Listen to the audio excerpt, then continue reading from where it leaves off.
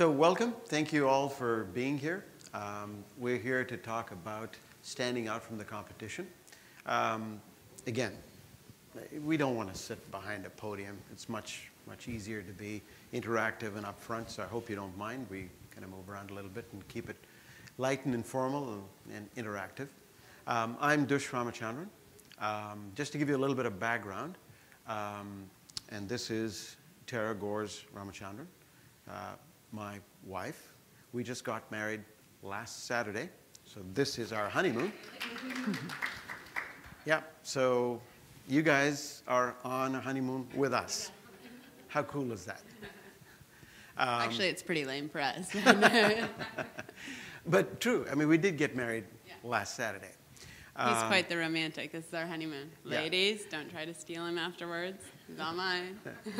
So, yeah, just to give you a little bit of background, I was VP of Sales and Business Development for ClickBank for a number of years. Helped grow that company enormously until last year, and I left to start my own business. And Terra will speak a little bit about herself. Yeah, so I spent 10 years at ClickBank. I was there from 2000 to 2010. I left in June 2010 to start my own affiliate management company, which we've recently expanded. And I also have an image consulting business that I've recently started. Just back in January, I went to the London Image Institute. And that's about it, I guess. Cool. So what we want to talk to you about is standing out from the competition. So what's the whole idea of this presentation? One of the things that we found very interesting when we worked at ClickBank, where a number of young entrepreneurs brought their offers to ClickBank, and usually their refunds were high or some other issue, and they would come to have discussions with the executives of the company with a hope of getting their account reinstated or some other action that they wanted. And usually the challenge was that the way in which they presented themselves was like everybody else. And so the guys that truly succeeded were not necessarily the ones that had the best case. They were usually the ones that stood out from the competition, that were different enough for you to take notice, because it's so incredibly crowded out there now that, you know, people often can't figure you out from all the rest of the sites out there. So there's some interesting facts that you may have heard about. Google reported in 2008 that it's indexing as much as 1 trillion URLs, and that number has increased and is increasing at the rate of 56 million a day. So it's a staggering number of websites and businesses out there. And so it's extremely important that whatever you do, you stand out. You stand out in a way that is consistent and stand out in a way that is good so that you achieve the objectives that you desire. So the single most important imperative, in truth, in internet marketing is that you have to distinguish yourself or you perish. It is so important that you show yourself to be different from your competition. So how does one go about doing that? There are lots of good ways and lots of not so good ways. So we'll talk a little bit about that. So let's start with understanding. If I can just jump in. Yeah, please. For a second. I think there's obviously a lot of ways to make money in this industry, and we see, obviously, Dush and I spending the time that we did at ClickBank saw people doing a lot of different things. And really what we're talking about today has to do with personal branding, basically, and using yourself as a brand to stand out from the crowd. In my opinion, it's one of the best ways to stand out and to be unique. So personal branding, I think that term, it's kind of been a buzzword for a little while, and I think it can be a bit fuzzy. So if we just take the personal part out of it and just talk about branding for a second. So think about a brand. So if I say the word Mercedes to you, what are some adjectives that come to mind? Mercedes. Mercedes-Benz. Oh, yeah. Classy. Classy. Yeah. Mm-hmm. How about you? Mercedes-Benz. Expensive. Classy, expensive. Sir?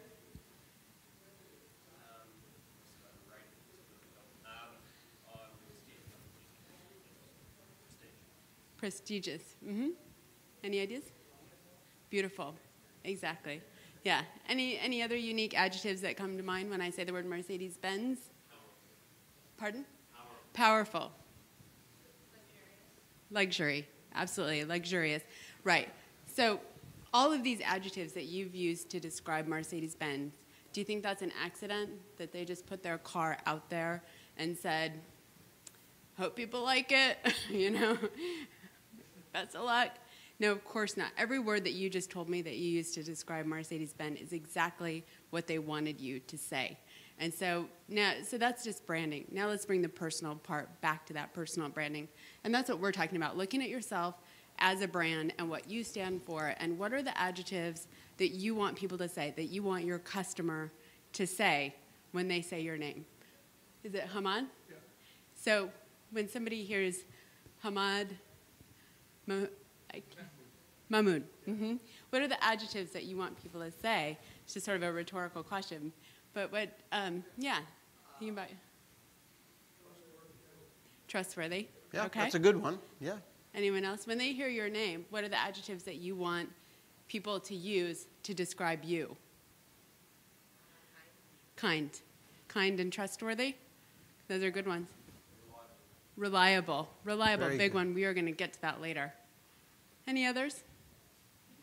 Unique. Unique. Yeah. Different. So that's what we're talking about today, and that's a bit of a long introduction. But it comes down to personal branding, and I wanted to take the time to explain that because, again, I think it's a little bit fuzzy. But when you start looking at brands and how brands present themselves and how they get people to be loyal and to use the words that they want them to use to describe the brand, it comes down to all the things we were talking about. Great.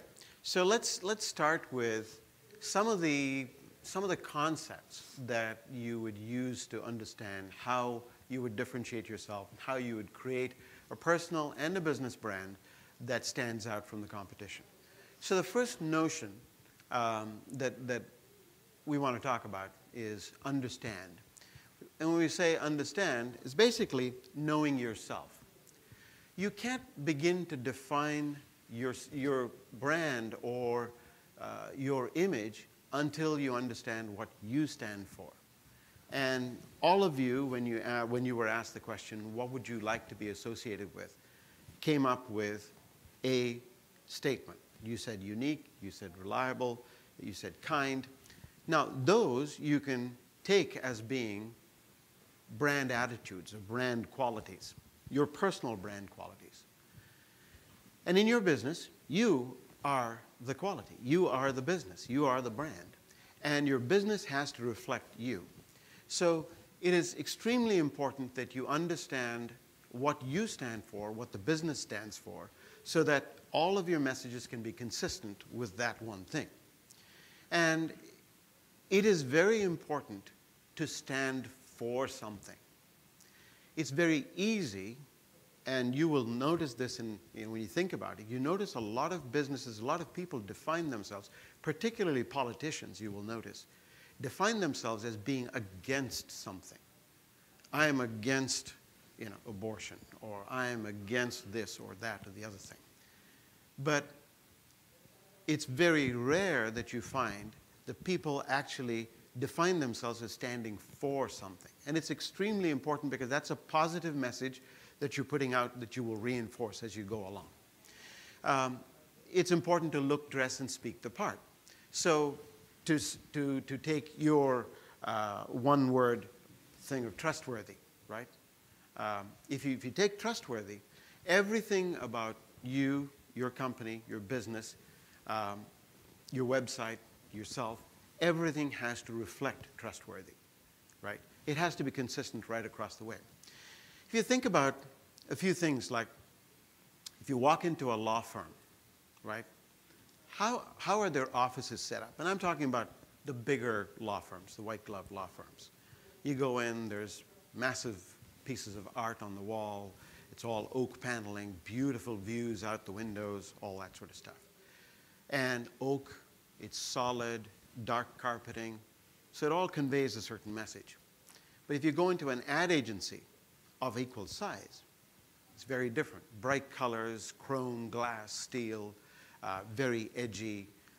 Again, so what are they trying to convey? The ad agency is trying to convey creativity, youthfulness, vibrancy, ideas.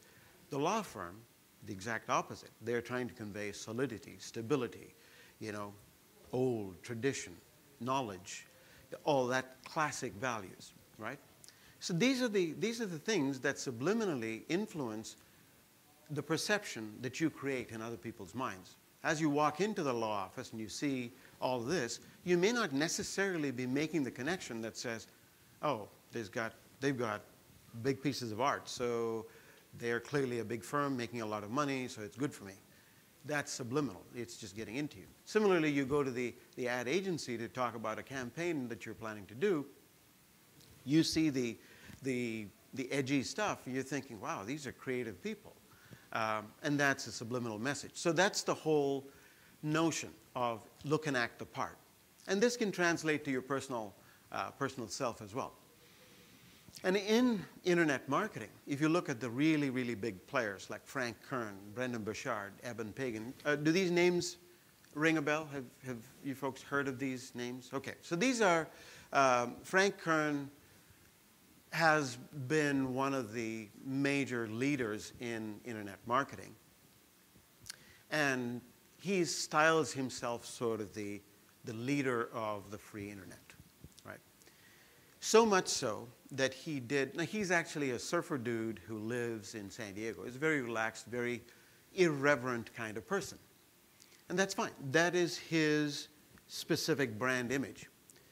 So let me show you a picture. The inset on the left is Frank Kern in his usual everyday life. He's a surfer dude, long-haired, casual, relaxed. The name of his company is Pen Island. Pen Island. Okay? If you put those two words together and separate them slightly differently, they spell something else. Pen Island. Think about it. And his logo is a big curving palm tree with two bushes at the end, at the bottom. So that's how irreverent he is. And that's cool. That's fine. That's his image. But he does this presentation at the beginning of each year called the State of the Internet, where he is in the role of the president of the internet world, right? So that is a video of him, and there's no video, there's just an image of him doing his State of the Internet presentation. And he's cleaned up.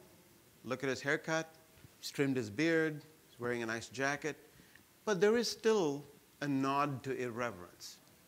The picture of Bruce Lee in the background, not exactly super formal, but that's there as a nod to his irreverent self.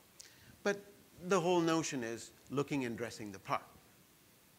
And that's the whole idea of understanding what your values are and reflecting them through yourself and through your brand and through your business. So that's the one thing. I was just going to say, do most people follow Frank Kern? I mean, I love him. I think he's great. But he's the kind of guy, if you haven't followed him before, you either love him or you hate him, because he does have this very irreverent style, which I think is pretty funny. But just as an image consultant, I thought his State of the Internet was absolutely brilliant, because he did present himself as the leader of the free internet world, and yet his brand remained consistent, because he still started out the video with his Pen Island, logo and kind of a crazy intro. And as Dush said, he's got this picture of Bruce Lee in the background, and so he still has these elements of irreverence, which is his well-known brand, yet he stepped it up and he projected himself as that leader, which I just thought was it's really brilliant. cool. So let's do, the whole idea of this presentation, of course, is that you walk away from here with some specific actionable things that you can do. So this is not just meant to be airy-fairy talk about how you can do all these wonderful things. So specific actions are, on this particular point, It would be good if you were to think about and list 2 or 3 significant events throughout each stage of your life when you felt completely fulfilled, and write down the answers to 3 questions. So this could be through each decade of your life. So the first decade, when you were like from 0 to 10 years old, think of the 2 or 3 significant things that happened. What made you feel really great at that time? Then in your teens, right, from 10 to 20. Then in your 20s, 20 to 30, and so on. The whole idea of doing this exercise and looking at what was essential to my feeling the way I did. I felt really great. It might have been you were playing in a sandlot pickup baseball game or softball game, and you hit one and it went over the fence, and you just felt great about it. And your parents were there watching, or your brothers and sisters were watching, or your friends were watching, whatever, right? The whole idea is, if you look at what was essential to your fulfillment, and what about that experience was fulfilling, and what was the value it gave to you, you will find some very interesting things. You will find there's a consistent thread. As you look through the decades, right, at each stage of your life, there will be a common thread that will run through these things. And you will find that the things that truly fulfill you define your values. They define who you are and what your message would be. And it's a fascinating exercise. You think, that sounds kind of bogus. Actually, when you sit down and do it, I've done it. And when you sit down and do it, it's such a revelation. You think, wow, I didn't realize that these things were actually connected. Because we're all the same in that we derive satisfaction from the same things through our entire life, because that is core to our being. And when you understand that, it helps you articulate your message that much better. So. Okay, the next one that we're going to talk about in terms of personal branding and being able to project your brand is narrate, under the broad category of narrate. And what we're talking about here is being able to narrate your customer story, being able to express what your customer is thinking and feeling almost better than they can express it themselves, that you know them so well that when they read your email, when they read your copy on the website, they think, she's talking to me, he's talking to me, I get it. So that's what this one is all about. And understanding that value is different to different people. Not everyone is your customer, and nor do you want them to be, and nor do you need them to be. The main point, everyone should write this down, is don't try to please everyone. When you try to speak to everyone, you end up speaking to no one. So this is about finding the people with whom your message will resonate the best. The people who, again, who will read when you send them an email or when they come to your website and they think, that's how I feel, that he's talking to me, like he gets it. And this is do we want to go into the example? Sure. The customer story or the? Yeah, narrating your customer story. Yeah. I was thinking the next. Yeah. So an example. Yeah. I'm sorry. Can I just get you to back up for one split second? Yeah. Sure. So we can get that last really Yeah. Absolutely, no problem. Mm-hmm. No problem. So the whole notion of narrating your customer story, and what you see there is sort of like a storyboard, right? Think about, for example, if you were selling fashion, and you're selling men's fashion, women's fashion, or no matter what it is you're promoting or selling, think of your customer and think through a storyboard of that customer's life. Narrate your customer's story as if they were a real person, right? So let's take an example, real life example. You're selling fashion for working mothers between the ages of 30 and 40, right? That is your market segment. That's who you're aiming to reach. Now, if you think through that and you say, okay, her name is Lisa, and it's good to give your customer a name, right? Her name is Lisa. She's married. She has 2 kids, and they're the ages of 8 and 10. and she works as an admin in an insurance company. And this, you would go through this whole process. Now you start to define what are Lisa's ambitions, aspirations, worries, fears, concerns. That then will allow you to articulate your message so much better aimed at Lisa. Now, if that message doesn't resonate with a young 18-year-old guy, that's fine. It's not your market. No. So you shouldn't be worried. So marketers often try to appeal to too wide an audience. They try too hard to appeal to too wide an audience, and with the result, they don't really reach anyone. The whole idea is narrate your customer story so clearly that you know the customer almost better than he or she knows himself or herself. And that way, the language in your copy, in your email, in your communications, in the way you address the person, everything can be tailored exactly. If you look at, for example, if you're selling reverse mortgages. Reverse mortgages are attractive only to elderly people who are retired, they've paid off their homes, there's a lot of equity in the house, and they want some spending money. So reverse mortgages is a way by which the bank goes and gives them money, and upon their death, the bank assumes the house. Now, if you wanted to sell reverse mortgages, you're obviously aiming at 65 and older, or maybe 60 and older group.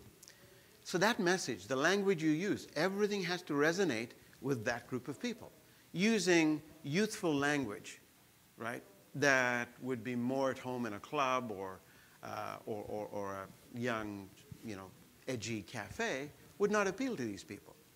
So that's exactly why it's super important to understand and narrate your customer story. So let's take an action tip on this. The action tip here is, do you want to do that? Yeah, I think this is the slide that I thought was coming up. But yeah, so this is a great exercise, and it will take you a long time, believe me. May even take you several days like it took me to go through this exercise. But basically, this is a very specific and detailed description of your customer. You want to identify their hopes, their dreams, what's their best case scenario when they're coming to look for your product, or when they land on your website or they get your email.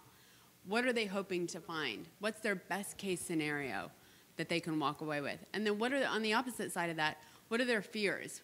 What are they afraid of? What keeps them up at night?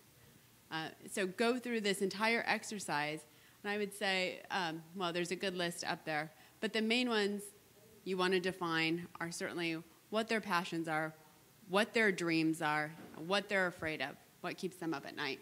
And those are the things that you want to speak to. Once you go through this exercise, all of a sudden your marketing messaging becomes so much easier. Exactly. And yeah, and it's especially critical to define this customer avatar in such a way that you automatically start to speak to this avatar when you're communicating with your clients. And it's amazing how that happens. You just slip into it. You know that customer so well now that you start speaking to them in the way you communicate with them, the way you address them, the way you write copy. Everything becomes so much easier because you know exactly who this person is. And a lot of the times when you go through this exercise, you may find that this person that you define is probably very similar to you. And maybe you from a few years ago. Because a lot of us want to help people. Once we've learned how to go through something, those are the people that we want to help, whether it's with a weight loss product or credit issues or whatever it is that you're selling. When you go through this exercise, what you may find is that this person looks very similar to yourself, maybe just a past version of yourself. Has anyone heard of Simon Sinek? Anyone watch TED Talks? TED Talks? Yeah, they're great. So here's one you should look up. Simon Sinek did a great TED Talk and wrote a great book called Start With Why. And basically, you got to watch the whole thing because it's just brilliant. But what he says is that people don't buy what you have to sell. And your goal should not be to find people who buy what you have to sell. Your goal should be to find people who believe what you believe, because those are going to be your most loyal customers. They're going to be the easiest to work with, and those are going to be the most fun to work with when they believe what you believe. But you have to define that. You have to go through these exercises to understand yourself and understand your customer. Right. So the next topic area we're going to talk about is innovate. Another great way to stand out from the competition and rise from the clutter is to innovate. Now, especially in internet marketing, marketers become very, very tied to the way it's done, right? So-and-so has done it this way. They had a huge launch. So-and-so has, marketed their products this way. They use this type of leads, these type of traffic, etc. That's great. That's wonderful. One great way to become successful is to emulate success. That makes sense. However, don't be afraid to innovate. And if you look at the evolution, for example, in the sales of digital products, right? At first, they were long-form sales letters. These long-form sales letters were sales pages that scrolled on and on and on and on and on until there was a buy button at the very bottom. I'm sure all of you have seen that. These were actually an evolution from the old direct mail days when you used to get long-form sales letters in the mail, and they were fan-folded. So when you open the envelope, the fan-folded thing would open up, and you would have like this big, long page. Publishers Clearinghouse used to do this for magazine sales, and they're extremely successful. And the whole idea of these long-form sales letters is that people usually need a lot of information before they can make that decision. So they try to provide you as much information as you can. And meet all of your objections. And meet your objections. They address your objections along the way. But what they also try to do is some people need less information and less convincing than others. So they give you an opportunity to buy if you're already convinced. You don't have to go through the rest of the stuff. You can go ahead and buy now, right? That evolved to video sales letters. People started doing these sales videos on sales pages. So there was the one person that did that first, and that was John Benson. Does anybody know John Benson? John Benson is in the fitness world. He's not an internet marketer per se, and he's been doing fitness videos for a long time. So he did the first video sales letter, and he found that the conversion of a video sales letter far outstripped the long-form text sales letter in the sales page. So then everybody started to follow. And the interesting thing about a video is that you're not required to read. You can just sit there, and there's a PowerPoint slideshow that's going on with somebody speaking as a voiceover. So two things that are interesting about that. One is it is a deeper level of engagement with your client, and the customer is leaving with two senses being stimulated, the sense of vision and the sense of hearing. Where previously with the text sales letter, there was only the one sense that was being stimulated. That then moved to webinars. Nowadays, the hottest selling technique to promote products is through webinars. And these are not necessary. Some people do live webinars, but many of them aren't live. They're actually pre-recorded webinars that you can play at any time. But you also have the opportunity to ask questions and have them answered. Now, there is yet another level deeper engagement. Not only do you have the sight and sound, but you also have the opportunity to engage and ask questions and have them answered. So it's going to go somewhere else. And somebody out there is going to innovate something else that's going to take that another quantum leap further. But the point here is, if John Benson had stayed with the long-form sales letter, somebody else would have probably come along and done some other innovation. But the point is, John was the first guy that did that. He did the video sales letter. His conversions went through the roof. Everybody followed him. So don't be afraid to get out there and try something. You don't need to bet the farm on it. You can do a small test, see how it works, and if it works well, continue on. And that often is huge. The other thing I find very interesting about going from the long-form sales letters to the video sales letters to the webinar, there's a thread that runs through there, right?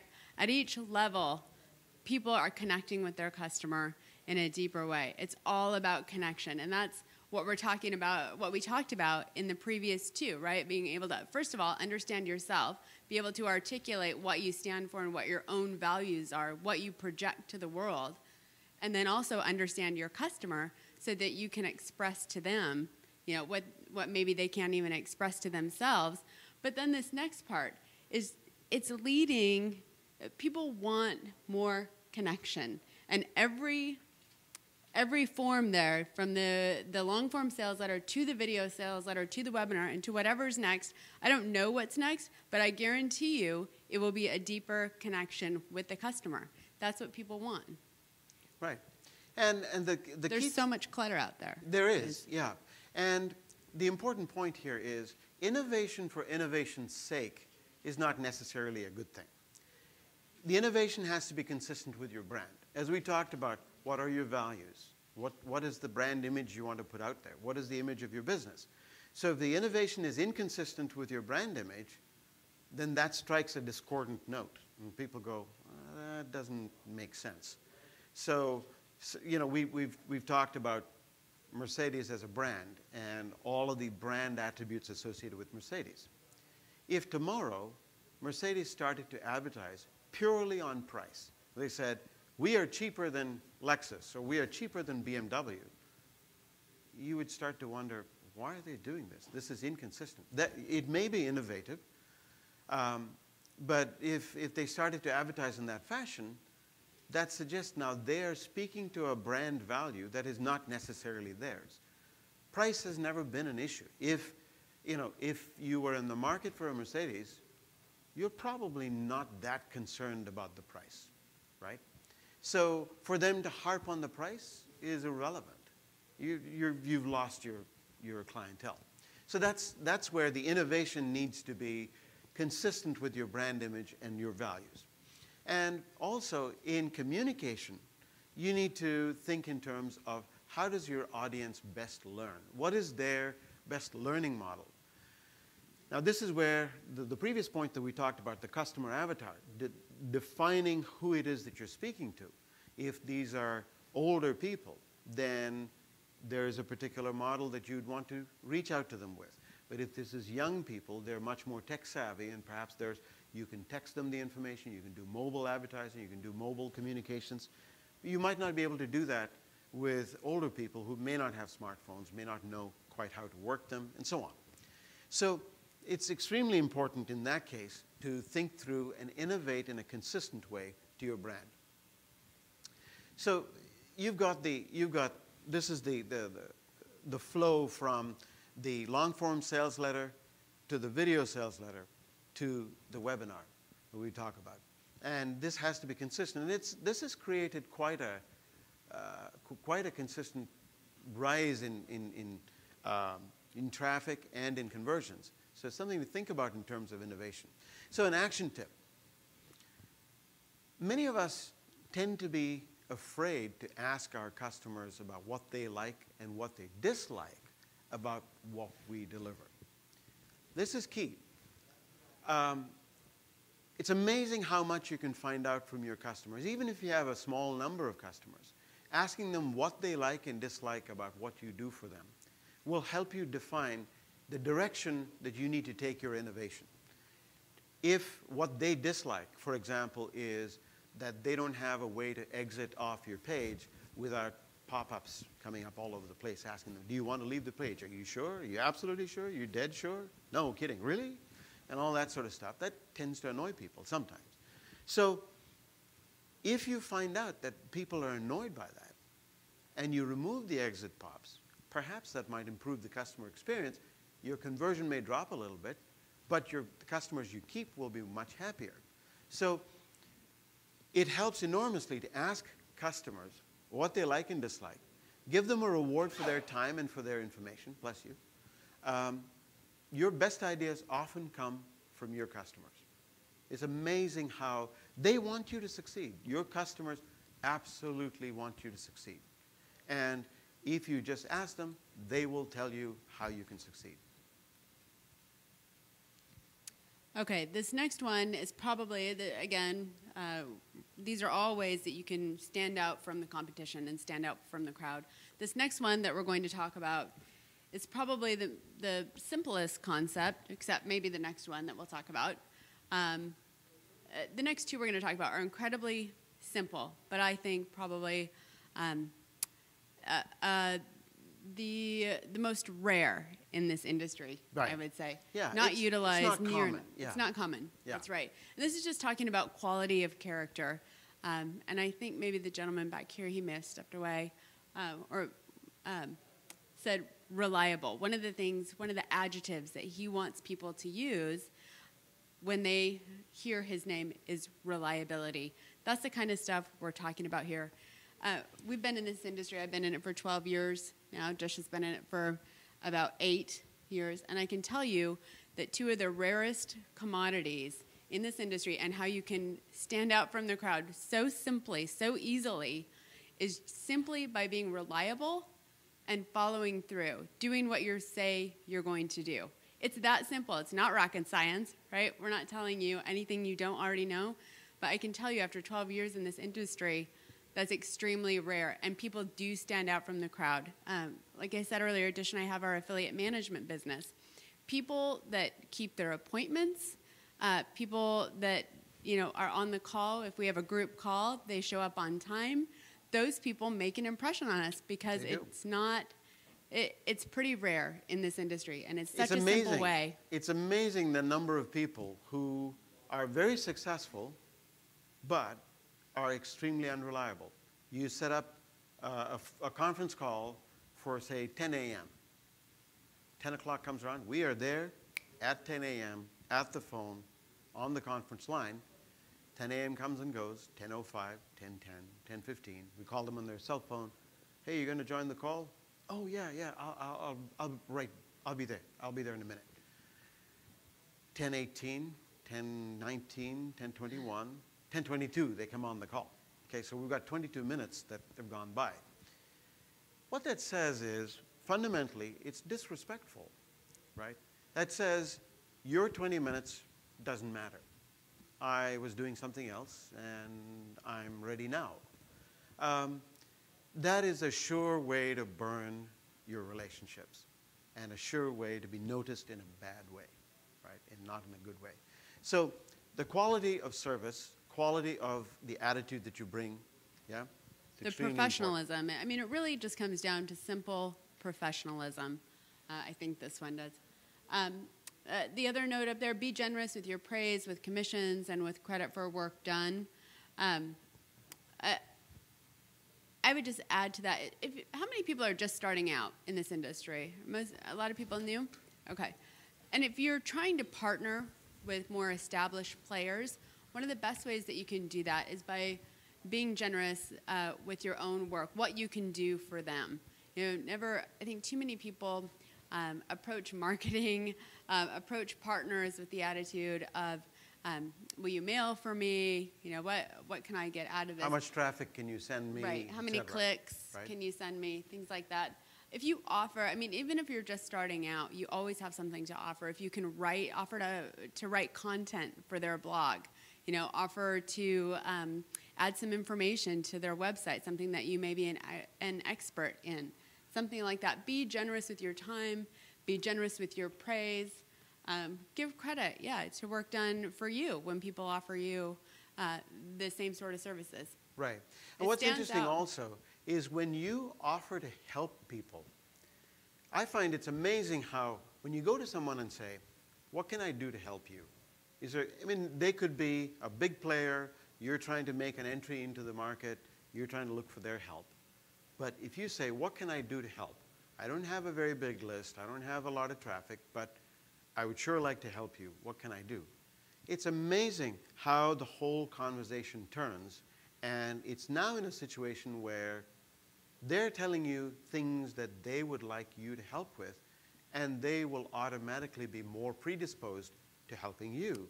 And unless they're incredibly self-absorbed, they will ask you, what can I do to help you?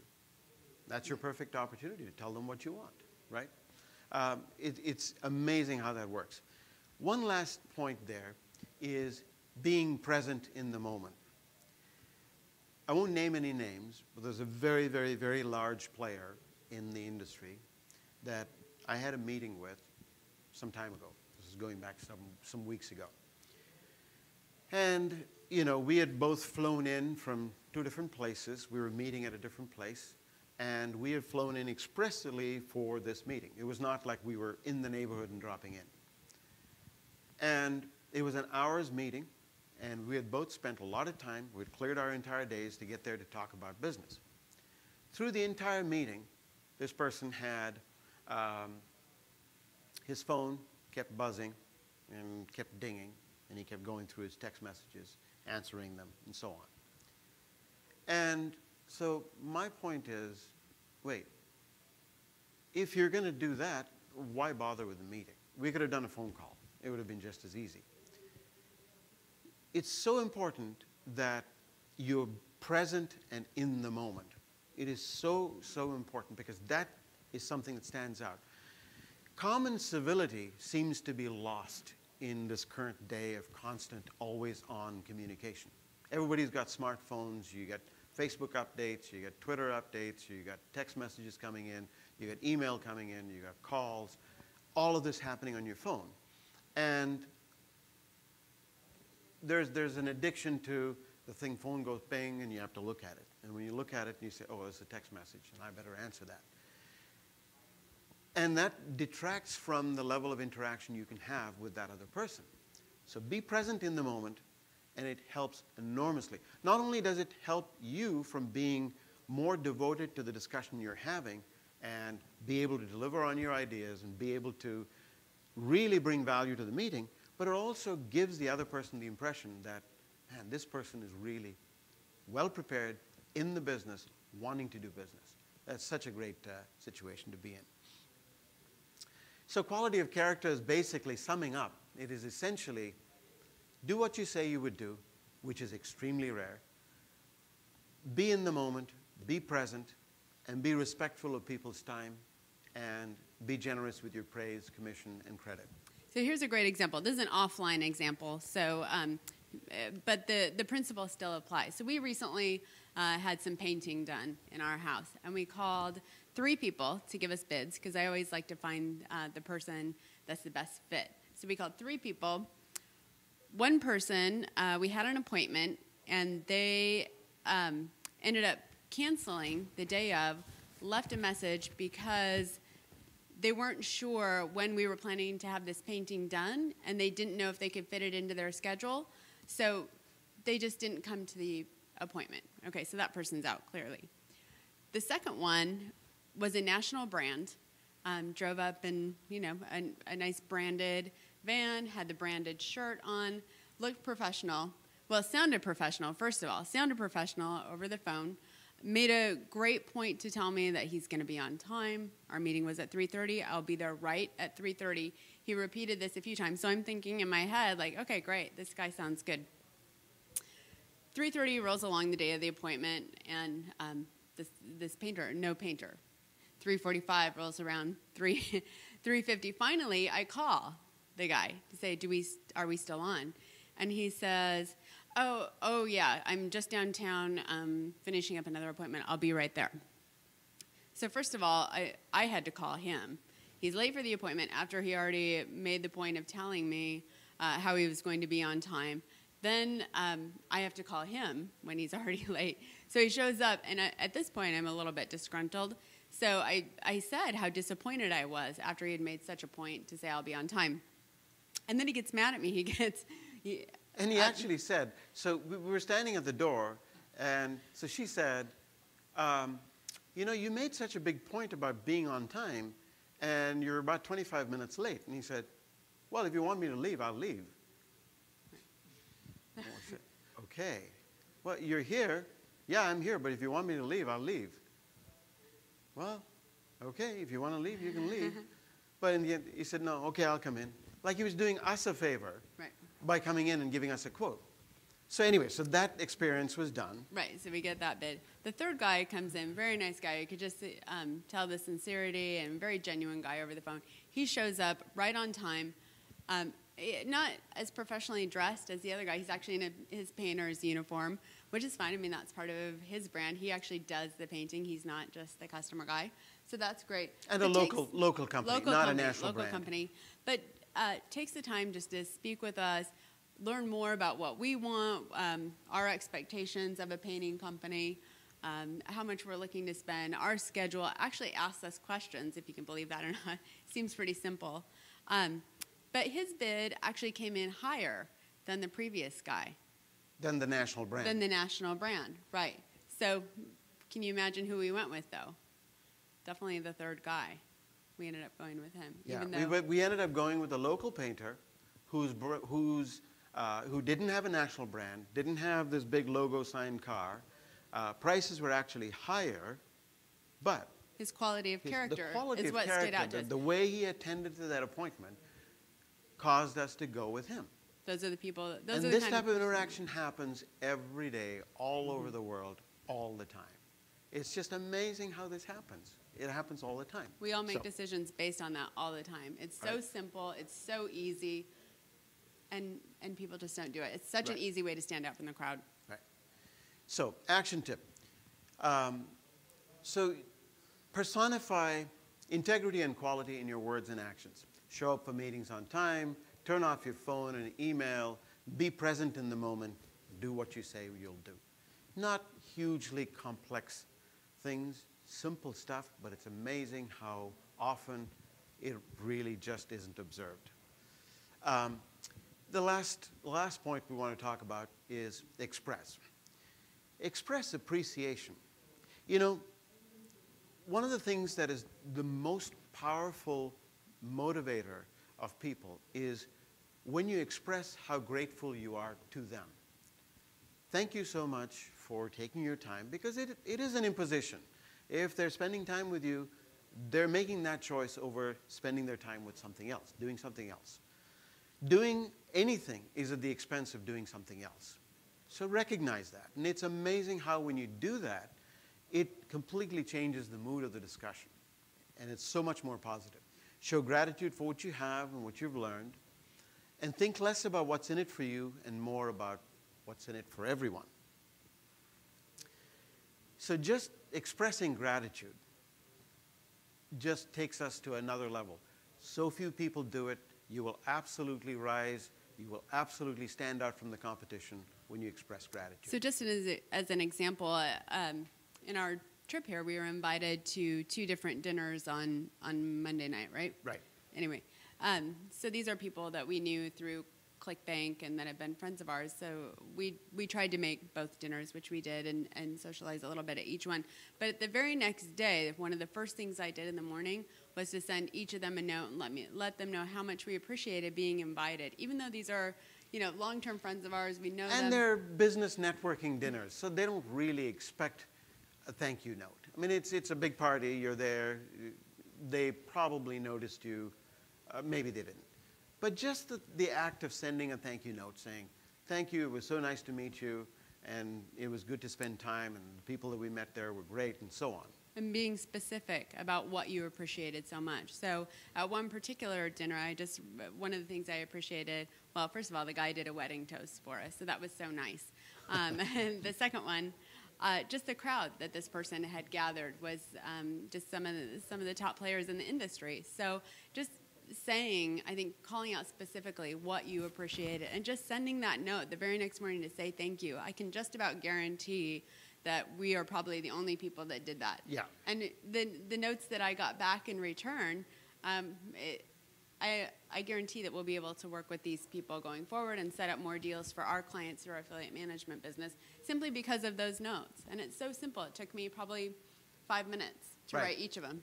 Another example of expressing gratitude is one thing we do in our company, and something that you may want to think about as well, is whenever we get a new client, as soon as we sign a contract with a new client, we send them a small gift basket. Nothing extravagant. It's just a Harry and David gift basket, costs about 50 bucks, 50, 60 bucks, thereabouts. It's a collection of little, spreads and jams and things like cheese and so on. A little gift basket that we send to them. Thank you for entrusting us with your business. We'd love to work with you in the future and look forward to, mutual success and so on. You'd be amazed at the reaction that gets. It's a simple gift. It's not like these people. These are people that have net worth in the $3 to $5 million range, personal net worths, right? They can afford to go buy these, spices and rubs and cheese and crackers. Not a problem. But that $50 gift, it's an expression of gratitude, and that goes such a long way. We get text messages immediately from these people, phone calls, emails saying, thank you so much, that is fantastic, you guys are a class act. What do? We just send them a gift basket. But it's not the gift basket, it's not the value of the gift, but it's the expression of gratitude. It is saying, you've reposed trust in us, we appreciate it, thank you very much. And we don't take this lightly, thank you. That is a big deal. It definitely helps us stand out from the crowd, and those are, we definitely encourage you to use some of those ideas too. Again, so simple. Yeah. So, action tip. Come from a place of service and gratitude. Look to serve. See how you can add value to other people's businesses, other people's lives. Send gifts or handwritten thank you notes to clients and partners for significant events, life occasions, achievements, or just to say thank you, right? And so let's spell it out. Understand. Narrate your customer story, innovate, try new things, quality of character, and express your gratitude, be of service, which all spells out unique, which is what you want to be. You want to stand out, you want to be unique. That's the way to do it. Should we take questions? Yep, absolutely. Any questions?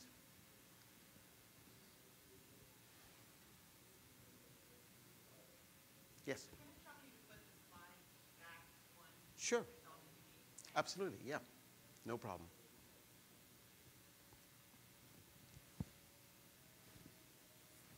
If nobody has any questions, one more comment that I'll just make in terms of personal branding. The reason I love this so much and the reason I'm so passionate about it, or one of the reasons, is because 99% of the things that all of us are trying to do have been done before. Once in a while somebody comes along with something like Google or something like Facebook. And in some ways, those really weren't even unique ideas. They just did them better than somebody else. But most of us, what we are doing, what we are selling, there's nothing new about it. But the thing that you can use to make yourself unique and to make your product, your service, whatever it is, stand out from the crowd is through your own personal brand. Nobody else has the combination that you bring to the table. Nobody else has your exact life experiences, your education, where you went to school, where you grew up, whatever, all of these things that make you you. And that's going to resonate with a certain percentage of people. Again, you're not trying to go after everyone. The entire world isn't your customer. You're just trying to find those people, with whom your message resonates. And personal branding is just such a great way to do that. Figure out the ways that you're unique, what you bring to the world, what you stand for, and the type of customer whose story that you can narrate that, again, I'll say it again, when they read your copy, when they get your email, they think, he or she is talking to me. That's me. Oh my gosh, that's how I feel. That's how I feel. That's what I'm scared of right now. I was up last night thinking about that. Like, she gets it. He gets it. And that's what you can use with your personal brand. You don't have to do something unique. I know when Dush was speaking last year, you got a question. Somebody said something about they were too afraid to start a new product because it had been done before so many times. But if you think about it, remember that? Yeah, that was a good point. Yeah. If you think about it, look at how many diet products are out there. Look at how many blonde pop singers there are. Somebody like Lady Gaga could have said, I really like music and I'm really good at it and this is what I'm passionate about, but it's kind of been done before. Like yeah, Madonna's already done Madonna's kind of edgy woman, the person that, a diva that redefines herself every so often. Yeah, Madonna's done that. Yeah. So there's Christina Aguilera, there's Britney Spears, There's all the, it's already been done before. What else can I bring? But it's unique. It's her personal brand. She just has a different spin on it. Other blonde women, beautiful blonde women, sing pop songs, right? And they can probably sing the same songs that Lady Gaga sings, but people love Lady Gaga. Same thing with all the diet programs. My gosh, some people love Richard Simmons. Some people hate him. The people that hate him might like Denise, what's her name? Austin. Yeah. Yeah. So it's what you can bring to it. It's, people will be attracted to the unique values that you bring to the table. Any questions on that note?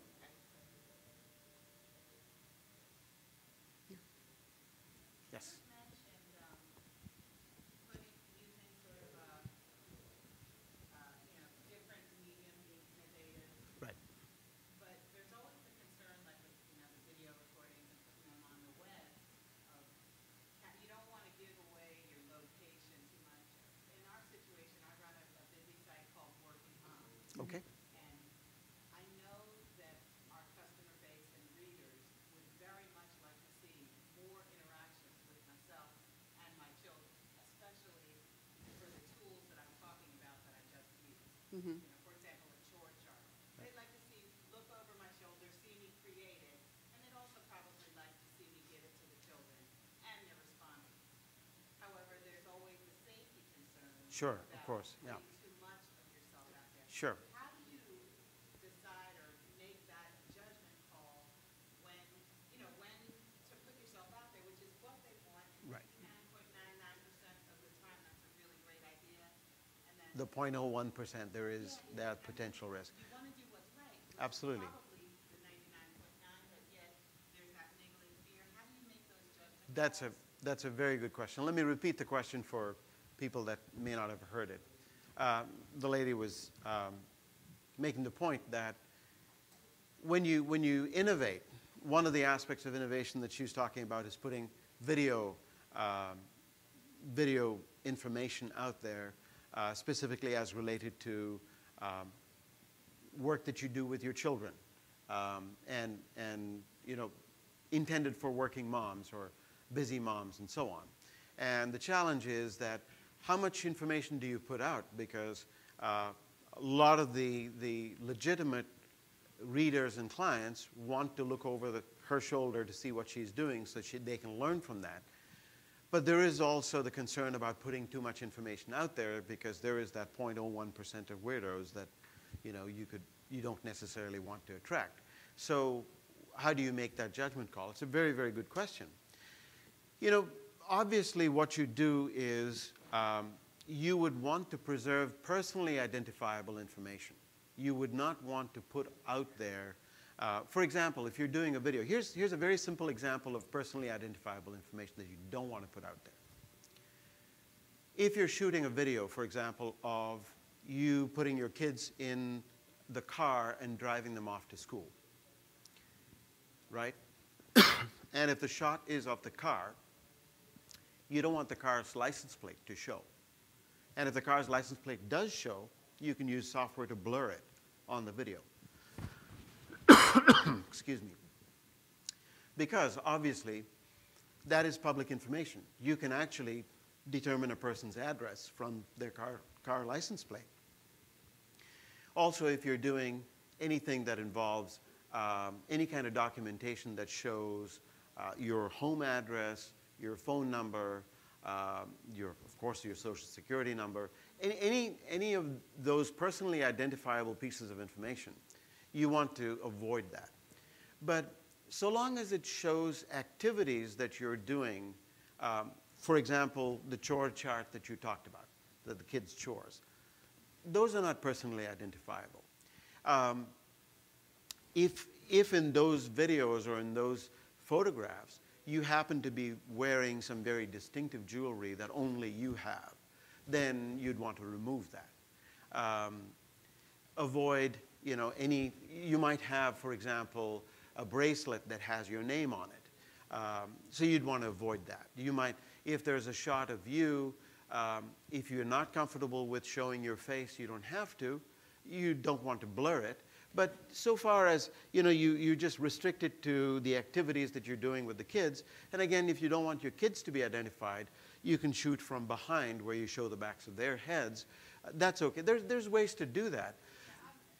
I'm not, to me, they know who I am. They know Right. what my children look like and stuff. I was thinking of longitude, latitude, that gets in there. Oh, yeah. The software to strip that off, but you gave me an idea of any video or something innovative. Perhaps send it to an inner circle of people Yeah, and I already know and ask them.